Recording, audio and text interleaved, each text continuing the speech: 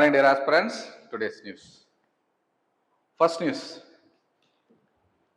free Indo-Pacific a priority for India and Japan. Modi.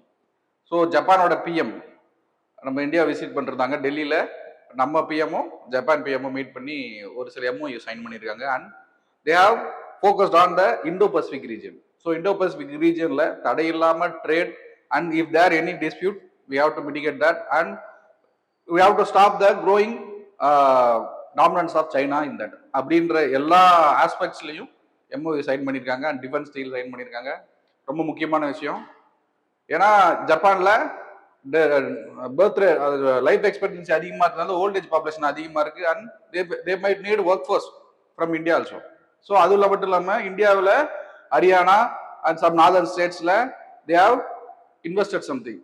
அதோ ஒரு mass amount of மணியை வந்து இன்வெஸ்ட் பண்ண போறோம்ன்றது அந்த எம்ஓயூல இருக்கு. ஸோ கண்டிப்பா நம்ம அதை படிக்கணும். ரைட், அந்த இன்வெஸ்ட்மெண்ட் $1 trillion இன்வெஸ்ட்மெண்ட் கண்டிப்பா வரும்னு எந்தெந்த ஸ்டேட்ஸ்லாம் Haryana, Odisha, Maharashtra, Gujarat and north eastern states. And MOU sign பண்ணதுல AI between India and Japan, AI development and technological support between these two countries அதுல சைன் பண்ணியிருக்காங்க. அண்ட் தென் டிஃபென்ஸ் co-developmentல naval radio antenna, especially focused on naval radio antenna. அப்படின்னா ஷிப்ஸ்ல antennas இருக்கும். அந்த antennas it is supposed to receive signal and spread to everywhere. Signal ஸ்ட்ரென்தனிங்காக focus பண்றதா அந்த ஆண்டனா. ஸோ ஆண்டனாவை ஸ்பெசிஃபிக்கா மீன் பண்றதுல they are purely focusing on the maritime trade area of Indo Pacific region அப்படிங்கிறது கன்ஃபார்ம் தெரியுது. ஸோ நம்ம இண்டோ பசிபிக் ரீஜன் பத்தி கண்டிப்பா படிக்கணும். இண்டோ பசிபிக் அப்படிங்கிற ரீஜன் வந்து ஒரு கண்ட்ரிஸ்ல ஒரு மாதிரி ப்ரிடிக்ட் பண்ணுவாங்க, வியூ பண்ணுவாங்க. But as a whole Pacific Ocean and Indian ஓஷனை கவர் பண்ற எல்லா கண்ட்ரிஸும் சேர்த்து தான் Indo Pacific region.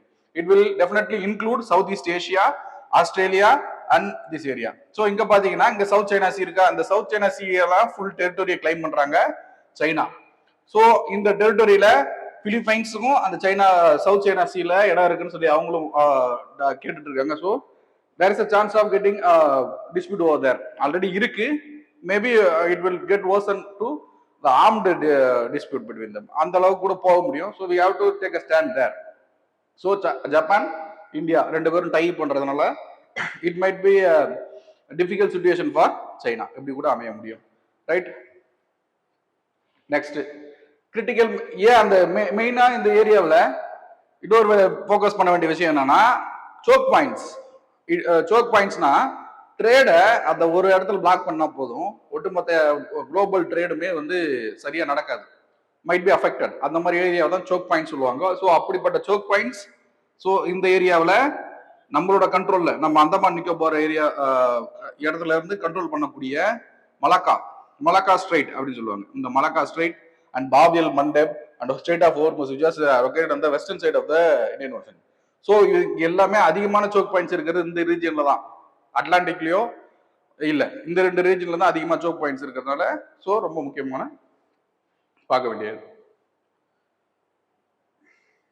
Right, strait of Hormuz already நம்ம நிறைய படிச்சிருக்கோம். Strait of Malacca busiest maritime trade.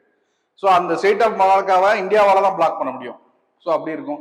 Babel Mandeb அப்படி ரெட் சீல ரீச் பண்றது and Sunda Lombok and Makassar அப்படிங்கிறது மலாக்கான் ஸ்டேட்டுக்கு கொஞ்சம் சதர்ன் ஏரியாவில் இருக்கிறது தான் இந்த choke point. So 4 crucial choke points are there in Indo-Pacific region. Right? Why Indo-Pacific region matters? 60% of global GDP. Trade நடக்கிறதுல 60% of global GDP எக்கானமி வந்து இந்த ஏரியாவில் தான் இருக்கு. And global growth 2/3% and energy life line. Middle ஈஸ்ட்ல இருந்து oil வந்து south east Asia வழியா தான் ஏஷியாவுக்கு போக முடியும். ஸோ அதிகப்படியான we can curtail the route. So இவ்வளோ இம்பார்ட்டன்ட் இருக்கிற ஏரியா தான் இந்த Indo Pacific region. Second news, Supreme Court set aside NCLT order for relying on AI crafted case law. So இந்த நியூஸோட பேக்ரவுண்ட் என்ன அப்படின்னா, நேஷனல் கம்பெனி லா ட்ரிபியூனல் அப்படிங்கிற அந்த ட்ரிபியூனல் வந்து ஒரு வேர்டிக்ட் கொடுத்துருந்தாங்க. அந்த வேர்டிக்ட் வந்து purely based on AI documented case. அப்போ அது ஜென்யூன் கேஸ் இல்லை, AI கிராஃப்ட் பண்ண ஒரு கேஸ். அந்த கேஸை வச்சு வேர்டிக்ட் கொடுத்துட்டாங்க National Company Law Tribunal. And அவங்க அப்ளைட் பண்ணிட்டு அந்த பாதிக்கப்பட்டவங்க சுப்ரீம் கோர்ட் வரல, Supreme Court said this verdict is not valid அப்படின்னு. ஏன்னா ஃபேப்ரிகேட்டட் அண்ட் கிரியேட்டட் ஏஐ கண்டென்ட்டை வச்சு நம்ம verdict சொல்லக்கூடாது அப்படின்னு சொல்லிட்டாங்க. தே ஸ்ட்ரைக் டவுன் தட் verdict. ஓகேவா? ஸோ ஒரு சில ஸ்டேட்மெண்ட்ஸும் கொடுத்துருக்காங்க, நம்ம அதை படிக்கணும். ஏஐ ஆசிலேஷன்ஸ் ஹாலுசினேஷன் அப்படின்னா ஸோ நடக்காத ஒரு விஷயத்த இப்படிலாம் நடந்தா இப்படி verdict வரும் அப்படின்னு சொல்லி அதை ஜென்ரேட் பண்ணி கொடுத்ததை கொடுத்துருக்காங்க. ஸோ அது நடக்காத ஒரு விஷயத்தை எப்படி வச்சு நம்ம verdict கொடுக்க முடியும்? ஸோ தவறு. அது மட்டும் இல்லாம ஜட்ஜஸ் சொன்ன விஷயம்னா methyl isocyanate AI in the judiciary is compared with the methyl isocyanate. Methyl isocyanate அப்படிங்கிறது 1984 போபால் கேஸ் ட்ராஜடி மத்திய பிரதேஷ் நடந்ததுல ஒரு டாக்ஸிக் காம்பனன்ட் தான் அந்த மெத்தில் ஐசோசைனேட். அது கூட கம்பேர் பண்றாங்க. Right. Draft rules for AI in judiciary, அந்த டிராஃப்ட் ரூல்ஸ் ரெடி பண்ண சொல்லி ஜூன் 2026 டைரக்ஷன் கொடுத்தாச்சு. And judiciary is accepting comments from the public. So அந்த ப்ராசஸ் போயிட்டு இருக்கும் பொழுது இந்த இஷ்யூ நடந்திருக்கு. ஸோ அந்த டிராஃப்ட் ரூல்ஸ் என்ன கேட்கறாங்க அப்படின்னா, இந்த பிரைம் அப்ஜெக்டிவ் வந்து ஹியூமன் பிரைமசி, என்னதான் ஏஐ இருந்தாலும் ஹியூமன் மேட் டிசிஷன் தான் அட் த டாப் இருக்கணும்னு சொல்றாங்க. அண்ட் தென் டிரான்ஸ்பரன்சி, எப்படி நடக்குதுங்கிறது தெரியணும். Accountability, the person making the decision should be accountable, not AI. And data protection and judicial independence. So இதெல்லாம் வந்து core objective of the draft regulation of AI in courts 2026. Right. So என்ன அந்த status, அந்த டிராஃப்டோட status என்னன்னா still in progress தான். So இன்னும் conclude பண்ணல. அதுக்குள்ள இது ஒரு கைட்லைன்ஸ் ஃபிக்ஸ் பண்றதுக்கான ஒரு கேஸா அமையும் இந்த என்சிஎல்டியோட case. Right. And third news, Navy foils piracy attempt in Gulf of Aden. 3 vessels still in captivity, IMO warns. So இந்த ஃபாயில்ஸ் அப்படிங்கிறது என்னன்னா பிரைவசி, அந்த நடக்கிற டைம்ல இந்தியன் நேவி வந்து அதை அட்டாக் பண்ணி they are saved 20 Syrian nationals and 1 Indian national. எங்கன்னா சோமாலியா பக்கத்தில் இருக்க இந்தியன் ஓஷன்ல, அரேபியன் சி கோஸ்ட்ல, வெஸ்டர்ன் அரேபியன் சீல நடந்த ஒரு விஷயம் இது. So Somalia piracy one of the major threat in western Indian ocean. நம்ம அதை பத்தி கண்டிப்பா படிச்சு தரணும். ரைட். ஸோ இந்த ஏரியாவை தான்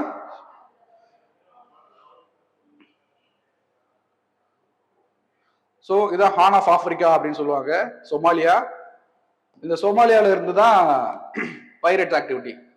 அப்போ ரொம்ப வல்னரபிள் பாயிண்டா இருக்கிறது இந்த கல்ஃப் ஆஃப் ஏடன், இந்த ரெட் சி ஏரியா அண்ட் இந்த western coast of Arabian sea. So இவ்வளவு area vulnerable for the attack of the piracy which was from Somalia. Right.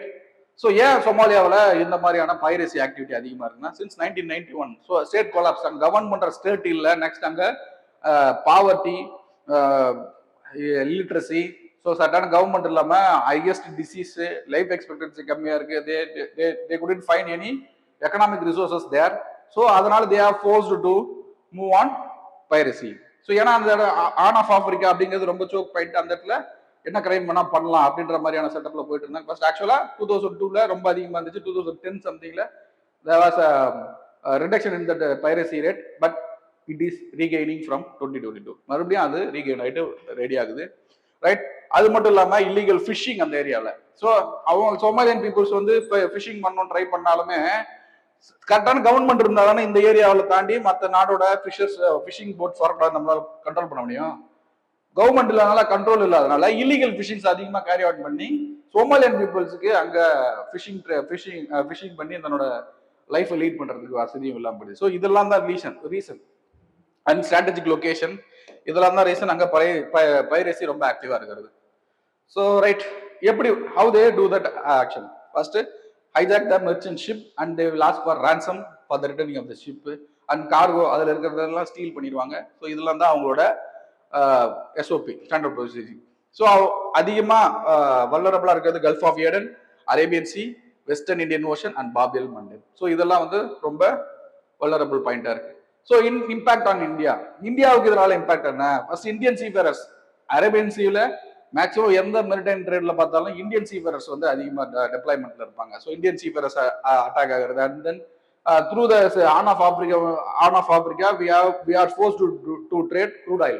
So நமக்கு எனர்ஜி சப்ளை அந்த ரைடே தான் வருது. ஸோ அது இஷ்யூ ரிஸ்க்ல பட்டது. And trade disruption and strategic pressure. ஏன்னா நம்ம தானே அந்த இடத்துல இருக்கோம். we are creating like attitude there. So small and medium countries are asking India to take action over the Somalia. So அந்த ப்ரெஷரும் நமக்கு இருக்கு. Right, next news. Amarnath pilgrims reach base camp ahead of Yatra. So Amarnath pilgrims, so இந்த பயணத்துக்கு Pahalgam root வழியா போகிறதுக்கு நம்ம Jammu and காஷ்மீரோட governor வந்து குடியரசு ஸ்டார்ட் பண்ணி விட்டுருக்காரு பகல்காம். ஸோ ஒரு வருஷம் ஆயிடுச்சு அந்த அட்டாக் முடிஞ்சு. அதனால அதுக்கப்புறம் ரிவ்யூ ஆகிற இதுதான். ஸோ தொடர்ந்து போய்கிட்டு இருந்தது இந்த பகல்காம் அட்டாக்கு அப்புறம் தொடர்ந்து அதுக்கப்புறம் அதை கண்டினியூ பண்ண முடியல இந்த பில்கிரிம் டு அமர்நாத்தை. ஸோ இப்போ மறுபடியும் ஸ்டார்ட் பண்றாங்க. So we have to read about that. So 2 route இருக்கு அமர்நாத் ரீச் ஆகிறதுக்கு ஜம்மு அண்ட் காஷ்மீர்ல இருந்து. ஸோ காஷ்மீர் வெஸ்டர்ன் காஷ்மீர்ல இந்த சைட்ல இருந்து இந்த பாயிண்ட் தான் ஜூம் பண்ணி கொடுத்துருக்காங்க. So there are 2 routes from Pahalgam 1 route and from Baltal base camp 2 route. So ஆனா அந்த பத்தல் கேம்ப் பேஸ் கேம்ப்ல இருந்து அமர்நாத் ரீச் பண்றது ரொம்ப ஸ்டீப்பா இருக்கும். ஸ்டீப்பா இருக்குன்னா ரொம்ப கஷ்டப்படணும். And young people will take that route. But இந்த பகல்காம் ரூட் வந்து less steep in compared to the Baltal route. அப்போ ஓல்ட் ஏஜ் பீப்புள் அவங்களாம் வந்து போகிறதுக்கு வசதியா இருக்கும். பட் ஆனா லென்த் ரொம்ப ஜாஸ்தி. இங்க இந்த பகல்காம் ரூட் லென்த் ஜாஸ்தி. Pahalgam route will take 34 kilometers to reach there and Batal route take only 14 kilometers to reach there. So இப்போ அவங்க ஸ்டார்ட் பண்ணியிருக்கிறது பகல்காம் பேஸ்ல இருக்கு. So they will reach Pahalgam from Pahalgam, Chandanwari and Pisuta and Session and Mohangan's Pass and Pachtarani and they will reach the Amarnath Holy Cave. So இந்த ஐஸ்மேடு சிவலிங்கம் பார்க்கறதுக்காக தான் அங்க போறாங்க.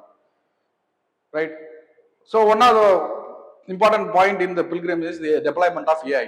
AI deploy பண்ணிருக்காங்க. ஸோ கண்டிப்பா AI பத்தி படிக்கணும். ஸோ AI எப்படி டெப்ளாய் பண்ணிருக்காங்கன்னா ட்ரோன்ஸ், ஜிஐஎஸ், ஆர்எஃப்ஐடி இதெல்லாம் டெப்ளாய் பண்ணுறாங்க. ட்ரோன்ஸ் வச்சு ரூட் கிளியர் இருக்கா, are there any terrorist activity over there, are there any weapons or any vehicles standing over there அப்படின்னு சொல்லி பார்க்கறதுக்காக ட்ரோன். ஸோ ஒரு இடத்துலையும் AI டெப்ளாய் பண்ணியிருக்காங்க ஒரு ஏரியாவிலையும். Right. First facial recognition. So ஆப்போசிட்ல வர்றவங்க யாரு என்ன அப்படிங்கிறத ஃபேஷியல் ரெகக்னேஷன் பண்ணி if they have any crime record they will be isolated. So அதுக்காக யூஸ் பண்றது facial recognition, smart CCTV and video analytics and AI drone surveillance. Drone surveillance தான் first peoples work பண்ணி ட்ரோன் முன்னாடி போயிட்டு ஏதாவது தடங்கள் இருக்கான்னு பார்த்தோம். Right. Weather and crowd terrain பார்க்கறதுக்கு, ஹாட் ஸ்பாட்ஸ், வல்னரபிள் ஸ்பாட்ஸ் எல்லாம் முன்னாடி ஃபிக்ஸ் பண்றது தான் ட்ரோன். அண்டு சோல்ஜர்ஸ் கூடவே போயிட்டு இருக்காங்க. Main mark question: AI and drones. AI and drones are being deployed for security in Amarnath Yatra. Last news order. Yes. Discuss the role of technology in pilgrimage. So pilgrimage ங்கிறது காலகாலமா நடந்துட்டு இருந்தாலும் இப்போ டெக்னாலஜியோட involvement அந்த பில்கிரிமேஜ்ல கேட்டிருக்காங்க. And discuss இதான் keyword. டிஸ்கஸ்னா we can give both negative and positive point. First, you have to state the AI deployment in the Amarnath Yatra, and you have to mention the efficiency of the AI in the pilgrimage. அப்படின்னு சொல்லிட்டு, and you have to you can quote some of the negative point also, right? So ரெண்டு பக்கத்துக்கு 150 words எழுதி போட்டு எடுத்து அனுப்புங்க. கண்டிப்பா திருப்பி தருவோம். Thank you. Kurukshetra, Kurukshetra, Kurukshetra, Kurukshetra, Kurukshetra, Kurukshetra.